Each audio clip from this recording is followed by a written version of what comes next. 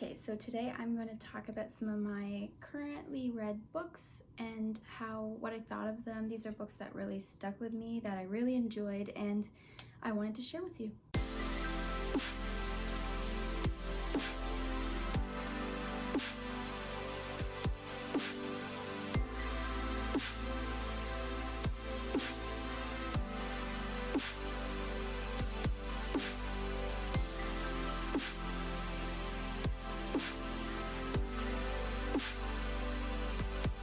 So the first book I want to talk about is called The Alice Network by Kate Quinn.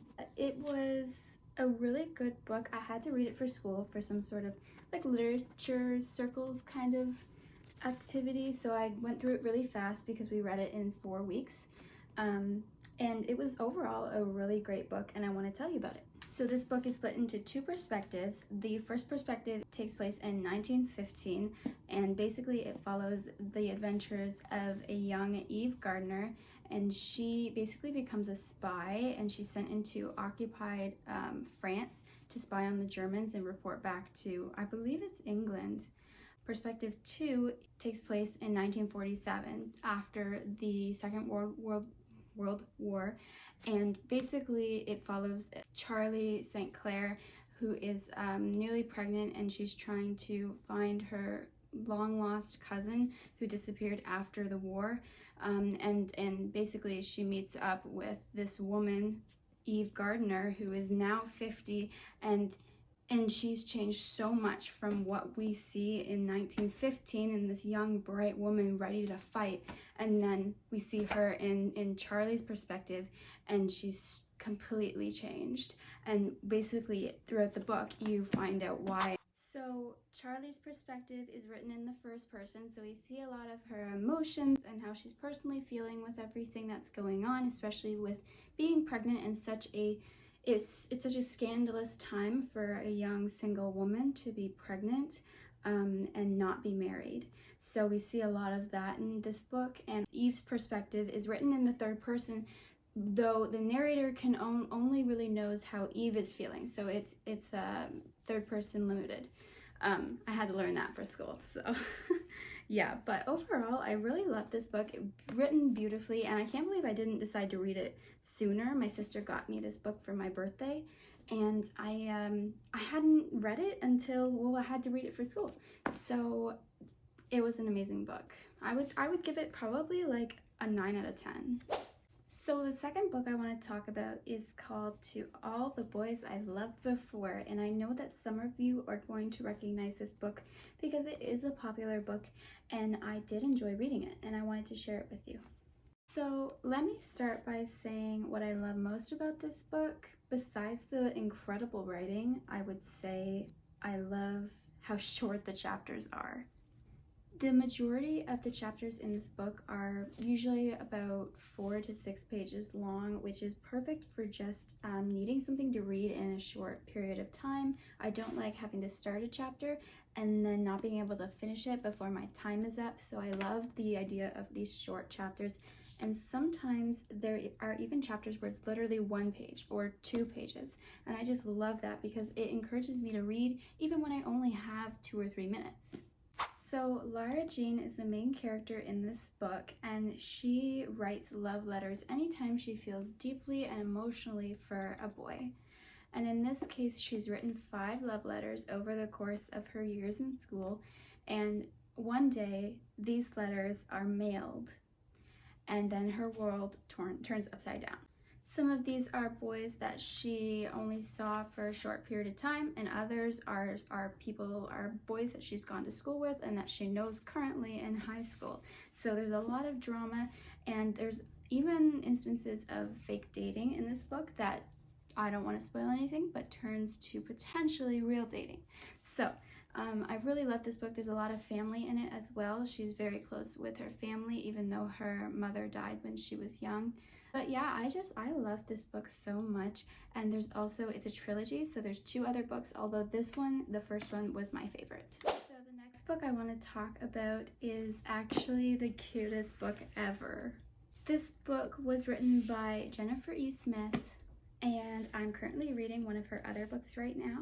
because I love this book so much. It is called The Statistical Probability of Love at First Sight. This book is about Hadley, who is the main character, and she's at the airport, but she misses her flight to her father's wedding, so she has to take the next flight. However, she meets this boy, Oliver. He's British, and they spend the plane ride together, and oh my goodness, oh, so cute.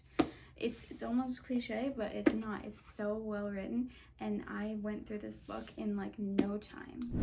If you are a book reader, you have read books and you've had those moments where you read and you smile because of what you are reading. Whether that's romance or not is probably up to you, but this book definitely made me do that. It was so incredibly cute, and I'm not lying about this when I say you need to read it if you are a romance fan.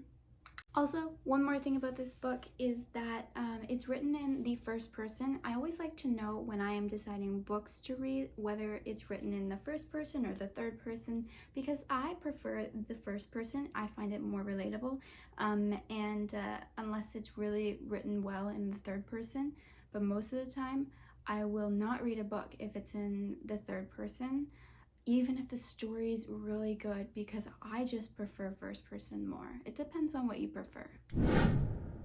So The Secret Messenger is split into two perspectives. The first perspective takes place in Venice in 1943, so during the World War, and it follows a young woman named Stella. She's a typist for the German office in the daytime, but then she risks her life in the nighttime as a messenger for the Italian resistance. So I love historical fiction, and so the story follows as that her German commander, who she reports to as a typist, he starts to become suspicious that there's a mole in his office, and he's determined to find out who it is. Now that's not the only part in the story that I love, but I'm going to tell you about the second perspective first. Now, the second perspective to this book takes place in 2017 in London, so pretty recently actually. And it follows a young woman, Louisa, who finds a box in her attic that has a typewriter and a box of pictures. And one picture in particular looks familiar because it looks a lot like herself, but it's dated 1950. And she knows that the woman in the picture who's standing next to the man can't be her mother because her mother is born in 1953. Could be her grandmother, except that her grandmother is standing with a man that isn't her grandfather because the initial is C for the man, and her grandfather, his name was Giovanni, so it's obviously not her grandfather, and so she's wondering, was her grandmother with another man before her grandfather?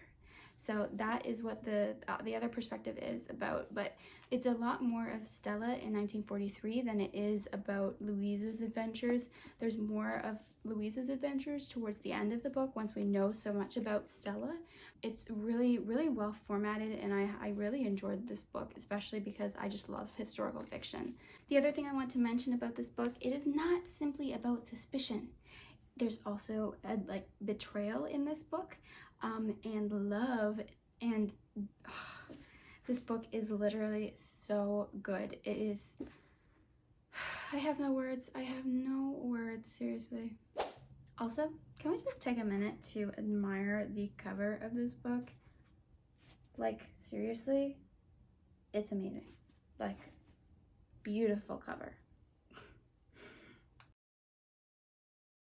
Also, if you read The German Midwife, it is written by these same authors. So if you've read that book, you might also enjoy this book. I haven't read The German Midwife, though I do have it, and I would love to read it, but I like to take a little bit of time between historical fiction books and read a different genre, usually romance, because there's a lot of thinking with historical fiction, especially with World War books. So, yeah, but I definitely recommend this book. I'd honestly probably give it like an 8 out of 10. Like, it was really good. We're on my last book I want to talk about, and let's just start by saying this is my favorite book. This is my all-time favorite book. I found it at Giant Tire, the irony, right? And I absolutely love it. It is, whenever someone asks what my favorite book is, this is the book I say because I absolutely loved it. Yeah, I want them to turn it into a movie. I think they are turning it into a movie. Sorry, I'm getting off track. Okay. The book I want to talk to you about is called The Language of Flowers. So this book is written by Vanessa Diffenbow. I found this book a giant tiger. Unlikely that it would be my favorite book, but it is, and that's just a fact. And I want to talk to you about it because you might love this story or you might think that's not for me, but either way, I wanted to talk about it. So this book follows a young girl who just got out of the foster system, though she spent her whole life in the foster system, and now she's aged out of it. So she's 18 and she's told to get herself a job and get herself put together, and she's like, no, she doesn't want to do that. So she gets kicked out of the group home because once you turn 18, you're given about a month to get your act together, and then you skedaddle, basically. So being the girl that she is, Victoria basically does not want to follow what they're suggesting, so she gets kicked out and she lives in a garden until she's spotted by a florist who hires her to help out with floral arrangements because she's always had a knack for flowers and their meanings, and she's not much of a social person because of her history in the foster care system and all of that bad blood. But this book is all about her learning to love and be accepted by the people around her that she's beginning to know. However, I did say this book was split into two parts, so now I'm going to explain that. The first perspective is the past. This perspective takes place when Victoria is 9 and she's taken in by a foster mom, and that woman's name is Elizabeth. Except we know in the present perspective something went wrong because she ended up back in the group home.